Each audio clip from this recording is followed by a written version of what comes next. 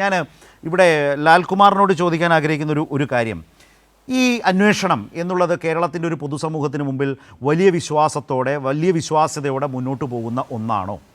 രണ്ട്, കഴിഞ്ഞ ദിവസം അന്വേഷണ പുരോഗതി റിപ്പോർട്ട് കോടതിയിൽ കൊടുത്തു കഴിഞ്ഞപ്പോൾ കോടതിയുടെ അതിന്മേലുള്ള നിരീക്ഷണവും ആ ഉത്തരവും വളരെ ഷാർപ്പായിരുന്നു. കോടതി ഒരു ഘട്ടത്തിൽ അതുമായി ബന്ധപ്പെട്ട് വന്നത്, നിങ്ങൾക്ക് ധൈര്യമായി ആരെയും ഭയക്കാതെ അന്വേഷണവുമായി മുന്നോട്ട് പോകാം എന്ന് കോടതി അന്ന് പറഞ്ഞത് ഒരുപക്ഷെ തന്ത്രി അടക്കം ഈ അന്വേഷണ പുരോഗതി റിപ്പോർട്ടിൽ ഒരുപക്ഷെ വരാൻ പോകുന്ന സാഹചര്യങ്ങളുമൊക്കെ ഉണ്ടാകുമായിരിക്കും. യുക്തി വെച്ച് ചോദിക്കുന്നതാണ്, ആ സാഹചര്യത്തിൽ നിന്ന് ഇനി വരാൻ പോകുന്നൊരു ഘട്ടം അത് കുറെ കൂടി ഗൗരവമുള്ളതാണ് എന്ന് കോടതിയുടെ ബോധ്യത്തിൻ്റെ അടിസ്ഥാനത്തിലാവുമോ കോടതി എന്ന് പറഞ്ഞാൽ നിങ്ങൾക്ക് ധൈര്യമായി ആരെയും ഭയക്കാതെ അന്വേഷണത്തെ മുന്നോട്ട് കൊണ്ടുപോകാം? പക്ഷേ രാഷ്ട്രീയമായി ഒരുപാട് ആരോപണങ്ങൾ അന്തരീക്ഷത്തിൽ പാറിപ്പറന്ന് നടന്നു. മാധ്യമങ്ങൾ അത് ആവോളം ചർച്ച ചെയ്ത് മുന്നോട്ട് കൊണ്ടുപോയി. മാധ്യമങ്ങൾക്കുമുണ്ടായി കോടതിയുടെ ഭാഗത്തു നിന്ന് മാധ്യമ വിചാരണ ഈ കേസുമായി ബന്ധപ്പെട്ട് നടത്തുന്നതിനെതിരെ. അപ്പോൾ ഇന്ന് ജനം എങ്ങനെയാണ് ഇതിനെ വേർതിരിച്ച് എടുക്കുന്നത്? ലാൽകുമാർ,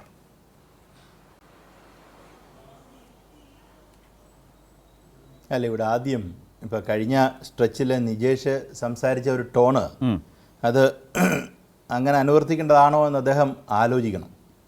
അത് ഒരു ശരിയായ ടോൺ ആയിരുന്നു എന്നുള്ള വിലയിരുത്തൽ എനിക്കില്ല. ഞാൻ അതേ കമൻറ്റ് നിർത്തി.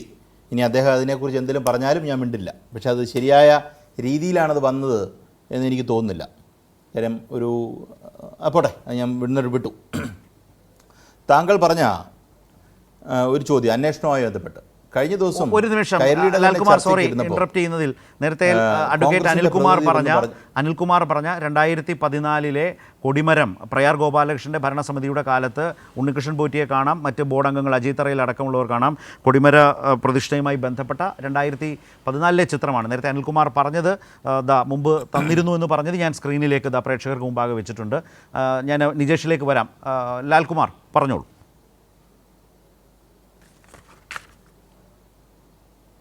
അപ്പം ഈ അന്വേഷണവുമായി ബന്ധപ്പെട്ട് വളരെ വ്യക്തമായ മുന്നേറ്റമാണ് കാഴ്ചവെച്ചിട്ടുണ്ടിരിക്കുന്നത്. നമുക്ക് വളരെ കൃത്യമായി എവിഡൻസ് ഇല്ല, ഇൻവെസ്റ്റിഗേറ്റ് ചെയ്ത് എവിഡൻസ് റിക്കവറി ചെയ്യാതെ ചുമ്മാതെ ആൾക്കാരെ പിടിച്ച് ജയിലിൽ അടച്ചിട്ടൊന്നും കാര്യമില്ല. കാര്യം അവർ രക്ഷപ്പെട്ടു പോകും. അപ്പം അന്വേഷണത്തിനൊരു വലിയ മേൽനോട്ടം ഹൈക്കോടതിയുടെ ഭാഗത്തുനിന്നുണ്ട് എന്ന് നമ്മൾ മനസ്സിലാക്കണം. ഈ അന്വേഷണം തന്നെ ഇതേ അന്വേഷണം തന്നെ പിണറായി വിജയൻ്റെ പോലീസ് ഒരു മേൽനോട്ടം ഇല്ലാതെ നടത്തുമായിരുന്നെങ്കിൽ UDF ഒരിക്കലും ഇത് അംഗീകരിക്കില്ല. ഇന്നാണെങ്കിൽ കുമ്മനം രാജശേഖരന് ഇന്ന് പറഞ്ഞിരിക്കുന്നത് ഈ അന്വേഷണത്തിൽ സംശയമുണ്ടെന്നാണ്. നോക്കൂ, ബഹുമാനപ്പെട്ട ഹൈക്കോടതി ഡിവിഷൻ ബെഞ്ചിന് ഈ അന്വേഷണവുമായി ബന്ധപ്പെട്ട ഒരു സംശയവുമില്ല.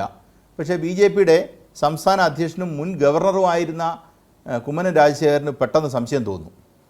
അങ്ങനെയാണ് ഈ കാര്യം നടക്കുന്നത്. കഴിഞ്ഞ ദിവസം ഇതേ ചർച്ചയിൽ ഇതുപോലെ ഞാൻ അസിതമായിരുന്ന ചർച്ചയ്ക്കകത്ത് കോൺഗ്രസിൻ്റെ പ്രതിനിധി പറഞ്ഞത്, 2 പേരെ ഇതിനേക്ക് 2 ഇൻവെസ്റ്റിഗേറ്റിംഗ് ഓഫീസേഴ്സിനെ ഇൻഡക്റ്റ് ചെയ്തത് CPIMൻ്റെ പിണറായി വിജയൻ്റെ താല്പര്യങ്ങൾ സംരക്ഷിക്കാൻ എന്നാളാണ്.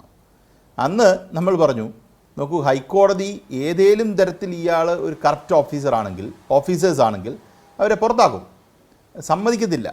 അവസാനം ഹൈക്കോടതി അതേ തന്നെ ഒരു പരാമർശം നടത്തി, അവർക്ക് ഒരു കുഴപ്പവും ഇല്ല എന്ന രീതിയിൽ പരാമർശം നടത്തി. അത് പെട്ടെന്നങ്ങ് വിഴുങ്ങി.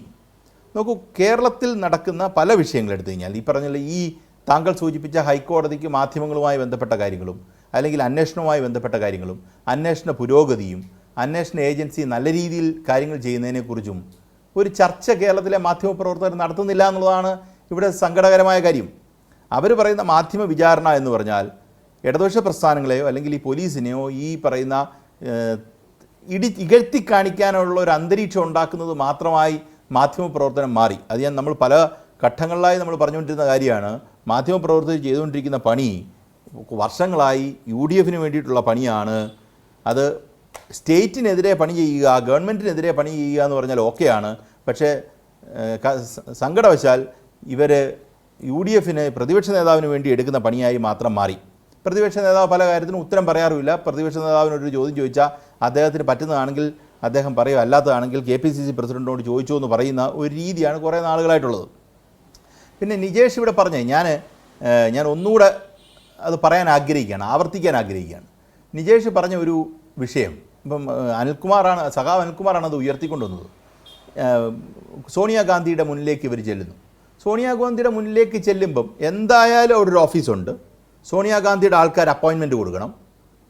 അടൂർ പ്രകാശ് പറഞ്ഞിട്ടുണ്ട്, അടൂർ പ്രകാശ് പോയത് പോറ്റിയുടെ കൂട്ടത്തിലാണെന്ന്. അപ്പോൾ സോണിയാഗാന്ധി ഈ ആര് പറഞ്ഞിട്ടാണ് ഇവർക്ക് അപ്പോയിൻമെൻറ്റ് കൊടുത്തത്? എന്തടിസ്ഥാനത്തിലാണ് ഇവർ അപ്പോയിൻമെൻറ്റ് കൊടുത്തത്? എന്തിനാണ് അപ്പോയിൻമെൻറ്റ് കൊടുത്തത്? കാര്യം ഇവർ ഏറ്റവും വലിയ നോക്കൂ, രാജ്യത്തെ ഏറ്റവും വലിയ ഒരു സ്ഥാപനം അല്ലെങ്കിൽ ഒരു റിലീജിയസ് ഇൻസ്റ്റിറ്റ്യൂഷനിൽ വലിയ മോഷണം നടത്തിയ ആൾക്കാരാണ് ഈ നിൽക്കുന്നത്. 1, 9, 10 പ്രതികളാണ് സോണിയാഗാന്ധിയോട് നിൽക്കുന്നത്. അതിനോട് ദേവസ്വം ബോർഡ് പ്രസിഡൻ്റുണ്ട്, ബാക്കിയുള്ളവരുണ്ട്, ഒരു MP ഉണ്ട്. ഇപ്പോൾ അടൂർ പ്രകാശ് വളരെ കൃത്യമായി കൈയൊഴിഞ്ഞു. അടൂർ പ്രകാശ് അല്ല, അടൂർ പ്രകാശ് ഇയാളുടെ കൂട്ടത്തിൽ പോയതാണ്. നമുക്ക് അദ്ദേഹത്തെ വിശ്വസിക്കാം. അങ്ങനാണെങ്കിൽ ചോദ്യം ഇത്രയേ ഉള്ളൂ, സോണിയാഗാന്ധിയുടെ ഓഫീസ് ആരുടെ റിക്വസ്റ്റിലാണ് ഈ അപ്പോയിൻമെൻറ്റ് കൊടുത്തത്? ഇപ്പോഴും പറയുന്നില്ലല്ലോ. നിജേഷ് കോൺഗ്രസിൻ്റെ പ്രതിനിധി മറുപടി പറഞ്ഞേ പറ്റൂ. അത് നിജേഷിന് പറയാം. നിജേഷ് അപ്പോൾ കുഴപ്പമെന്നറിയാം, അപ്പോൾ അദ്ദേഹത്തിന് പൂർണ്ണമായി അജ്ഞനാവും. പിന്നെ ഈ പറയുന്ന ഇതല്ല ഇതാന്നൊക്കെ പറഞ്ഞുകൊണ്ടിരുന്ന് വേറെ എന്തെങ്കിലും പറയും. വളരെ സ്പെസിഫിക് ആയിട്ടൊരു ചോദ്യമാണ്, നിങ്ങൾക്ക് ആരാണ് അപ്പോയിൻമെൻറ്റ് കൊടുത്തത്? ശരി, ആരുടെ അടിസ്ഥാനത്തിലാണ് കൊടുത്തത്? ഈ ചോദ്യത്തിന് പ്രസക്തിയില്ലേ? ഈ രാജ്യത്തെ ജനങ്ങൾ ഇത് അറിയണ്ടേ? രാജ്യത്തിൻ്റെ നോക്കൂ, ഏറ്റവും സമുന്നതമായ ഒരു പാർട്ടിയുടെ പ്രധാനമന്ത്രി വരെ ആകും എന്ന് വിചാരിച്ചിരുന്ന ഒരു സ്ത്രീയുടെ വീട്ടിലേക്കുള്ള അപ്പോയിൻമെൻറ്റിനെ കുറിച്ച് 10 ജൻപത്തിനെ കുറിച്ചാണ് നമ്മൾ പറയുന്നത്. ഈ രാജ്യത്തിൻ്റെ എല്ലാം തീരുമാനിച്ചുകൊണ്ടിരുന്ന ഒരു സ്ഥലത്തെക്കുറിച്ചാണ് നമ്മൾ പറയുന്നത്. അവിടെ ഈ പറയുന്ന അടൂർ പ്രകാശിനെ അവിടെ നേരെ ചെന്നാൽ കയറ്റത്തില്ല. ഞാൻ ഉറപ്പിച്ച് പറയുന്നു. ഞാൻ അടൂർ പ്രകാശിനെ കുറ്റം പറയുമൊന്നുമല്ല. കരുണാകരനെ കയറ്റാത്തൊരു സ്ഥലമായിരുന്നു അത്. കരുണാകരൻ പോയി അവിടെ കേരള ഹൗസിൽ കിടന്ന് തിരിച്ചു വരേണ്ട സാഹചര്യം വന്നിട്ടുണ്ട്. YSRൻ്റെ മകനെയും ഭാര്യയെ അവിടെ കയറ്റിയിട്ടില്ല. അങ്ങനെ നമ്മൾ കണ്ടതാണ്. അങ്ങനെ പാർട്ടി അവിടെ പൊളിഞ്ഞതാണ്. അങ്ങനെ ഒരു സ്ഥലത്ത് ഈ പോറ്റി അവിടെ കയറിയെങ്കിൽ നമുക്ക് ഈ പോറ്റി ഈ നടത്തിയ പരിപാടിയിൽ നിന്ന് സോണിയാഗാന്ധി സ്വർണം കട്ടെടുത്തു എന്ന് നമ്മൾ പറയുന്നില്ല. ഒറ്റ ചോദ്യമേ ഉള്ളൂ, പോറ്റി എങ്ങനെ അവിടെ അപ്പോയിൻമെൻറ്റ് കിട്ടി, ആരുടെ ബേസിൽ അവിടെ ചെന്നു എന്ന് പറയാൻ പറ്റാത്ത കോൺഗ്രസ് പാർട്ടിക്ക് പിന്നെ ഇവിടെ വന്നിരുന്ന് ഇതാണെന്ന് പറഞ്ഞ് നമ്മുടെ അടുക്കിലോട്ട് ഈ ടാറ് വാരി ഇടാനാണെങ്കിൽ നിങ്ങൾ എത്ര നേരം വേണമെങ്കിൽ ഇട്ടോ. പക്ഷെ നിങ്ങളോടുള്ള ചോദ്യത്തിന് നിങ്ങളുടെ മറുപടി ഇല്ലല്ലോ. സോണിയാഗാന്ധിയുടെ പെരക്കകത്ത് അല്ലെങ്കിൽ പോയി നിൽക്കുന്ന കേസാണ്. ഇവിടുത്തെ കോൺഗ്രസ്സുകാർ അവിടെ വഴി പോയി നിൽക്കുകയാണ്, കയറ്റാൻ പറ്റാതെ. കോൺഗ്രസ്സുകാർ അവിടെ വഴി പോയി നിൽക്കുകയാണ്, അവിടെ കയറ്റത്തില്ല. അവിടെ ഞാൻ ഉറപ്പിച്ച് പറയുന്ന അടൂർ പ്രകാശിനെ അവിടെ കയറ്റത്തില്ല. എനിക്ക് അതിനകത്തൊരു സംശയമില്ല. കാര്യം അടൂർ പ്രകാശിന്റെ ഒരു സ്റ്റേച്ചറിന് ഒരാൾക്ക് ഡയറക്റ്റ് ആക്സസ് സോണിയാഗാന്ധിയോട് കിട്ടത്തില്ല. പറയാൻ വേണ്ടി പറഞ്ഞ അല്ല, അതൊരു സത്യമാണ്. മനസ്സിലായി. അങ്ങനെ ഇരിക്കേ ഒന്ന് ചുരുക്കിയ ഒന്ന് കംപ്ലീറ്റ് ചെയ്തു. അങ്ങനെ ഇരിക്കേ ഇതിന് ഉത്തരം പറയുന്നിടത്തോളം കാലം ഈ ചോദ്യത്തിന് ഉത്തരം പറയുന്നിടത്തോളം കാലം നമ്മൾ ചോദിച്ചുകൊണ്ടേയിരിക്കും. നിജേഷിന് പറയാൻ പറ്റണമെന്നില്ല, സോണിയാഗാന്ധിയുടെ ഓഫീസെങ്കിലും അത് വ്യക്തത വരുത്തേണ്ടതാണ്. അല്ലാതെ ഈ ബാക്കിയുള്ളവർ അറിവിനെക്കുറിച്ചും പാണ്ഡിത്യത്തെക്കുറിച്ചും ഒക്കെ ചോദിച്ചുകൊണ്ടിരിക്കാന്നേ ഉള്ളൂ. രക്ഷപ്പെടാൻ എങ്ങനെയൊക്കെ ഉപയോഗിക്കാം, അത്രേ.